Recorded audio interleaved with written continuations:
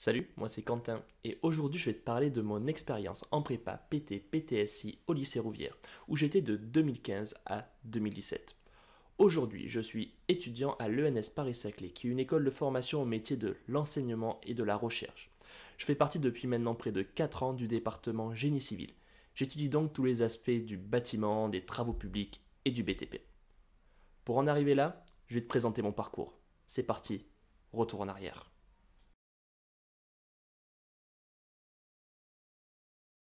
Au lycée, j'étais en première et terminale SSI, qui correspondrait aujourd'hui aux spécialités mathématiques, physique-chimie et sciences industrielles, sciences pour l'ingénieur. Ces trois matières m'intéressaient et me plaisaient particulièrement. Par ailleurs, j'étais aussi un bon élève et le métier d'ingénieur m'attirait. C'est pourquoi en terminale, j'ai choisi de m'orienter vers les classes préparatoires scientifiques, qui s'inscrivent à la fois dans la formation d'ingénieur et qui proposent aussi un haut niveau scientifique avec une assez grande ouverture au niveau des débouchés.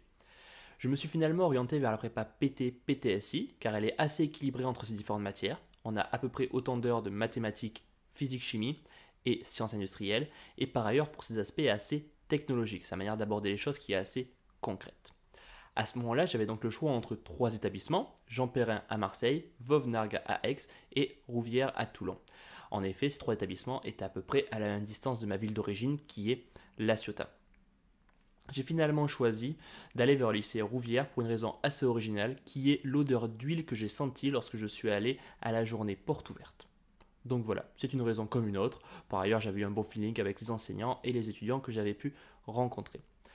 Bon, cependant, il faut quand même avouer, en août-septembre, donc juste avant de rentrer et de faire ma rentrée en classe préparatoire, j'étais clairement stressé, apeuré, car quelque part, la classe préparatoire, on en parle comme quelque chose qui est difficile, qui a un haut niveau scientifique avec du travail, moins de vie sociale, c'est pas faux, mais bon, on se construit différemment à côté.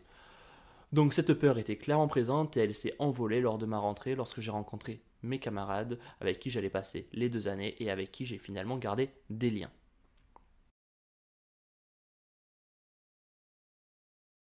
Dès la rentrée en première année, soit en PTSI, tout a très vite commencé, avec beaucoup de travail, beaucoup de connaissances et de compétences abordées et beaucoup de papiers grattés et écrits durant les cours.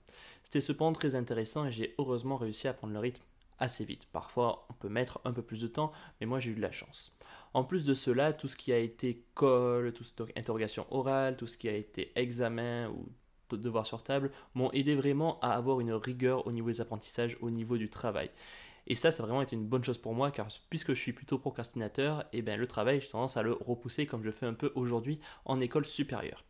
Mais bon, la prépa a permis de réussir avec ce cadre qui était imposé au niveau des profs, au niveau du cursus et du programme, mais aussi grâce au groupe classe.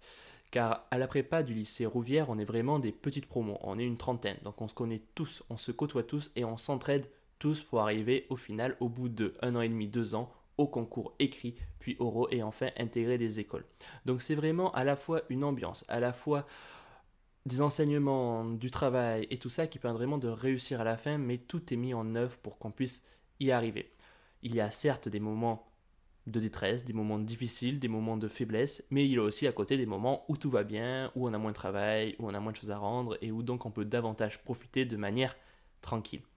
Bon, la prépa c'est 1 an et demi, 2 ans, donc c'est à la fois court et long, il faut à la fois être endurant pour tenir et en même temps il faut aussi savoir par moment vraiment donner des coups d'accélérateur ou bien savoir se détendre quand ça va pas. Pour moi, ça a vraiment été une expérience qui a été enrichissante, qui m'a apporté beaucoup de connaissances et de compétences que j'ai pu ensuite réutiliser en école par la suite.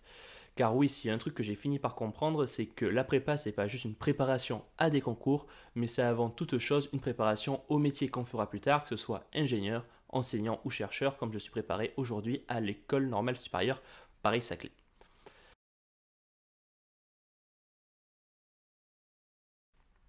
Je garde de bons souvenirs de ma classe préparatoire PT-PTSI, que ce soit aussi bien au niveau des cours, au niveau des compétences, des connaissances qui ont été acquises, ou bien de toutes les expériences sociales, des rencontres que j'ai pu faire, des moments partagés, que ce soit à l'internat, en cours ou en dehors, sur des moments plus de détente que j'ai pu faire avec mes différents camarades, avec mes différents amis. Aujourd'hui, si je devais retenter l'expérience prépa, je pense que j'irai car c'est vraiment finalement un modèle qui me correspond. C'est vrai que j'aurais pu aller à l'université, c'est vrai que j'aurais pu aujourd'hui arriver au même niveau en passant par un BTS, un DUT ou l'université via des concours ou des passerelles qui existent, mais clairement je pense que la prépa m'a apporté beaucoup de choses et que ça a été une bonne chose pour moi. Je ne dis pas que la prépa est faite pour tout le monde, mais je dis qu'il faut se poser la question du est-ce que j'ai besoin d'un cadre assez strict, assez particulier et finalement assez exigeant et entraînant et stimulant pour réussir à arriver au niveau que j'ai envie d'atteindre, à savoir le niveau d'ingénieur ou bien un niveau master 2 assez important et assez poussé d'un point de vue scientifique.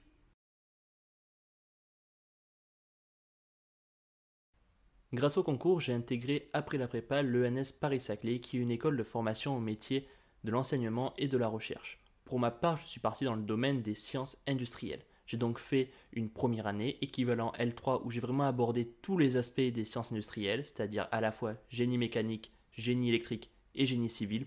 Puis je me suis spécialisé dans les aspects génie civil, donc tout ce qui est construction, bâtiment, travaux publics, voilà, tout cela. J'ai donc fait un Master 1 plutôt orienté matériaux et structures dans le domaine du génie civil, puis j'ai fait un Master 2 qui s'appuyait sur la formation en enseignement supérieur dans le domaine du génie civil, et j'ai passé l'agrégation que j'ai obtenue. C'est donc un concours pour plus tard enseigner. Cette année, je fais un Master 2 plutôt orienté recherche qui vise à optimiser les bâtiments et à comprendre comment est-ce qu'on peut réduire les consommations d'énergie de manière à aller vers le zéro énergie. Cette formation m'intéresse bien, elle me permet d'aller assez loin dans des compétences scientifiques et poussées d'un point de vue technologique et ingénierie. Je réfléchis donc aujourd'hui à poursuivre en thèse pour aller encore plus loin et avoir vraiment un très haut niveau scientifique qui pourrait être intéressant à la fois pour moi mais aussi pour la société dans les engagements que je pourrais prendre plus tard.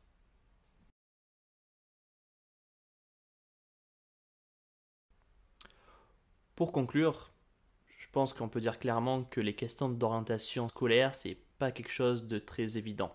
Donc il faut prendre son temps pour réfléchir, pour savoir de quoi est-ce qu'on a envie, de quoi est-ce qu'on a besoin au niveau encadrement, au niveau scolarité, et aussi d'où l'on part, où on en est aujourd'hui et qu'est-ce qui est finalement possible au niveau des différentes possibilités.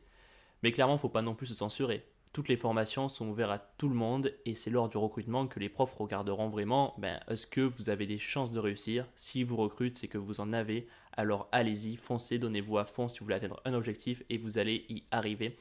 Ou vous y arriverez d'une manière ou d'une autre car il existe des possibilités, des passerelles par la suite. Arrêter une formation n'est jamais un échec. En tout cas, il faut vraiment profiter au maximum du moment où vous passerez dans cette formation de manière à apprendre au maximum, à en tirer le plus possible et donc à gagner beaucoup de positivité de tout cela. Alors bonne chance et à bientôt, peut-être en prépa PT-PTSI au lycée Rouvière.